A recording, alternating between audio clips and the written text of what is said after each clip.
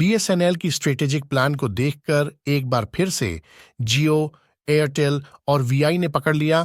Sir, प्रधानमंत्री नरेंद्र मोदी और Elon Musk के इस भाषण के बाद बीएसएनएल ने खूब चर्चा का बाजार लगा दिया है, क्योंकि इसके साथ ही भारत सरकार भी अपने निर्णय में मजबूती दिखा रही है और दुनिया के सबसे अमीर शख्स में गिने जाने वाले एलन मस्क की कंपनी स्टारलिंक के साथ बीएसएनएल मिलकर भारत के कोने कोने में डेटा क्रांति लाने जा रहा है।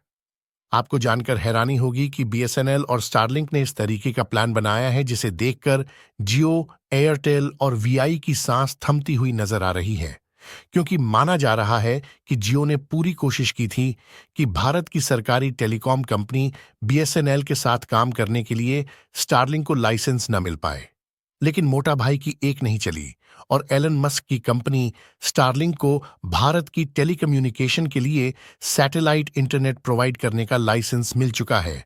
यहां पर इस आर्टिकल में आप देख सकते हैं कि Starlink finally gets GMP CS licence in India from department of telecommunication. Report में यह दावा किया गया है कि भारत सरकार की तरफ से सैटेलाइट इंटरनेट के लिए परमिशन मिल चुकी है, जिससे अब जियो को बीएसएनएल की तरफ से सीधी टक्कर मिलने जा रही है।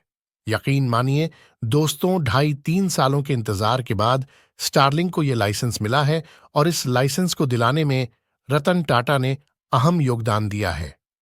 आखिर ऐसी कौन सी वजह थी जिसके कारण 2.5 से 3 साल तक परमिशन नहीं मिल रही थी?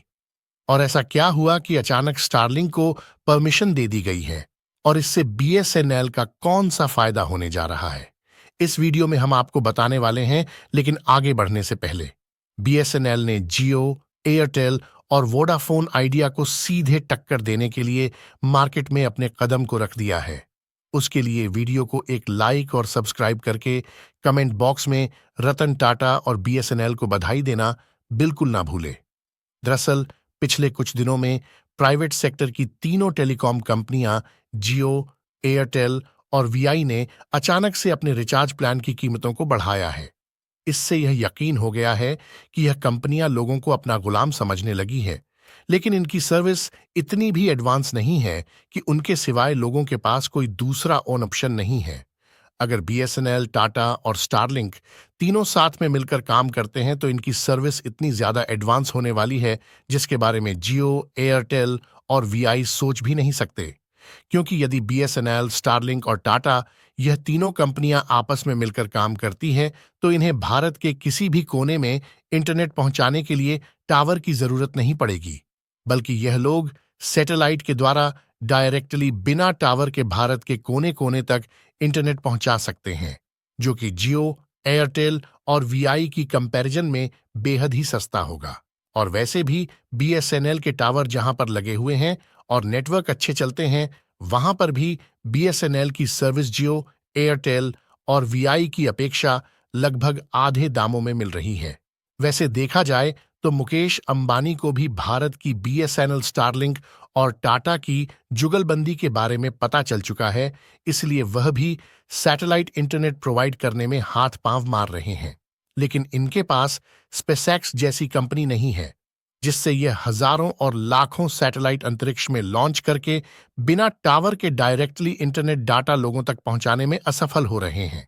जबकि बीएसएनएल भारत सरकार द्वारा संचालित होती है और भारत सरकार को एलन मस्क की स्पेसएक्स की सब्सिडियरी कंपनी स्टारलिंक का साथ मिल चुका है और अब सैटेलाइट इंटरनेट लोगों तक पहुंचाने के लिए बीएसएनएल, टाटा और स्टारलिंक तीनों कंपनियां साथ मिल चुकी है, जिससे बीएसएनएल का काम कई गुना आसान हो चुका है। यानी कि देखा जाए तो अब जियो, एयरटेल और वीआई को जल्द ही भारतीय कस्टमर को लूटने का अंजाम भुगतना होगा।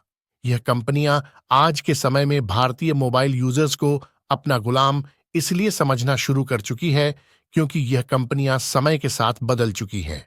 लेकिन इसी बीच भारत की सरकारी स्वामित्व वाली कंपनी बीएसएनएल समय के साथ नहीं बदल पाई, जिससे बीएसएनएल को अपने कस्टमर से हाथ धोना पड़ा। फिलहाल बीएसएनएल भले ही उस समय नहीं बदल पाया, लेकिन बीएसएनएल ने अपनी पुरानी गलतियों से सीख लेकर अब बदलना शुरू कर दिया है और बीएसएनएल वही पहले वाली सोच लेकर आगे बढ़ रहा है कि लोगों तक सस्ता और हाई स्पीड इंटरनेट पहुंचाया जाए। वैसे तो बीएसएनएल समय के साथ इस कदर बदल रहा है कि जियो, एयरटेल और वीआई से भी एक कदम आगे सोच रखकर काम करना शुरू कर दिया है। साथियों, दुनिया तेजी के साथ बदल रही है और कुछ ही महीने में इस कदर बदल जाएगी कि भारत में नई इंटरनेट क्रांति देखने को मिलेगी।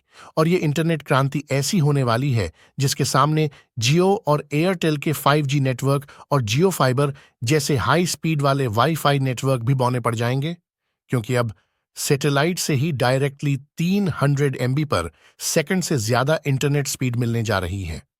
रिपोर्ट की माने तो स्टारलिंक बीएसएनएल के साथ मिलकर अगस्त के महीने से इसकी शुरुआत करने जा रही है। और कई तस्वीरें यह साफ साफ बता रही है कि आजकल भारत के कई इलाकों में इंटरनेट की स्थिति बहुत खराब है। इस समय में इंटरनेट के माध्यम से पढ़ाई करने वाले बच्चों के लिए कनेक्टिविटी से संबंधित समस्याएं बढ़ गई हैं, क्योंकि जियो, एयरटेल और वोडाफोन आइडिया ने अपने रिचार्ज के प्लान को तो महंगा कर ही दिया है, लेकिन समय के साथ साथ व्यवस्थाएं नहीं बदली और जिन लोगों को अच्छा इंटरनेट मिल रहा है उन्हें तो रिचार्ज की कीमत ज्यादा चुकानी ही पड़ रही है। लेकिन उनके साथ साथ छोटे छोटे गांव, कस्बे और पहाड़ी वाले कई इलाके हैं जहां पर इंटरनेट की कनेक्टिविटी अच्छी नहीं है। उनको भी इंटरनेट का लाभ उठाने के लिए मजबूरन उतनी ही कीमत चुकानी पड़ रही है। फिलहाल अब एलॉन मस्क की स्टारलिंक की भारत में एंट्री के बाद महंगे रिचार्ज और स्लो स्पीड से जुड़ी लोगों की दिक्कतें खत्म होने जा रही हैं। जब कोई आम इंसान दिन भर का काम खत्म करने के बाद शाम को ऊपर देखता है तो उसे आसमान नजर आता है, लेकिन वहीं एलॉन मस्क जैसे इंसान जब आसमान की ओर देखते हैं तो उन्हें आसमान के बाद सारा जहान नजर आता है। और एलन मस्क की स्टारलिंक कंपनी द्वारा सैटेलाइट इंटरनेट को भारत के कोने कोने तक पहुंचाना बेहद ही आसान हो चुका है। और यह कंपनी ऑलरेडी टेस्टिंग के तौर पर कई देशों के साथ मिलकर इसी तरीके की सैटेलाइट इंटरनेट प्रोवाइड कर रही है।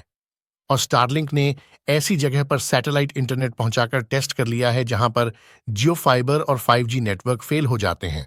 आपको बता दें कि एलन मस्क द्वारा संचालित स्टारलिंक को भारत में लाने की यह पहली कोशिश नहीं है, बल्कि साल 2021 से ही भारत में सैटेलाइट इंटरनेट प्रोवाइड करने के लिए इसे लाने की कोशिश की जा रही है।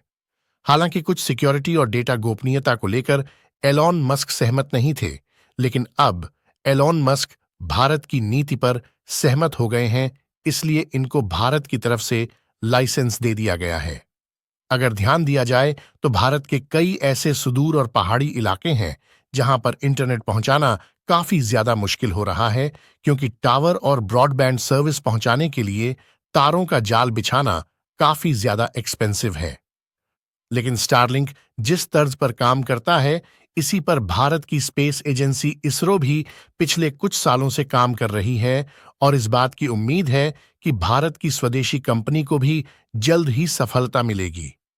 क्योंकि भारत सैटेलाइट इंटरनेट की उपयोगिता जानता है, इसीलिए इसमें तेजी के साथ आगे बढ़ रहा है। हालांकि अभी एलोन मस्क की एंट्री से भारत की प्राइवेट टेलीकॉम कंपनियां नाराज दिख रही हैं, क्योंकि इन्हें अब मालूम हो चुका है कि अब इन्हें अपने प्लान को सस्ता करना पड़ेगा या फिर सैटेलाइट इंटरनेट की जितनी स्पीड देनी होगी। फिलहाल भारत की बीएसएनएल को एलोन मस्क और रतन टाटा का साथ मिल रहा है। इसके लिए कमेंट बॉक्स में बधाई देना बिल्कुल न भूलें और इस वीडियो को एक लाइक करके अपने ज्यादा से ज्यादा मित्रों तक शेयर करें, ताकि यह जानकारी सभी लोगों को मिल सके। इसी तरह और भी नॉलेजेबल वीडियो देखने के लिए हमारे क्राइम एसआर चैनल को सब्सक्राइब करके बेल आइकन को ऑल पर जरूर सिलेक्ट करें।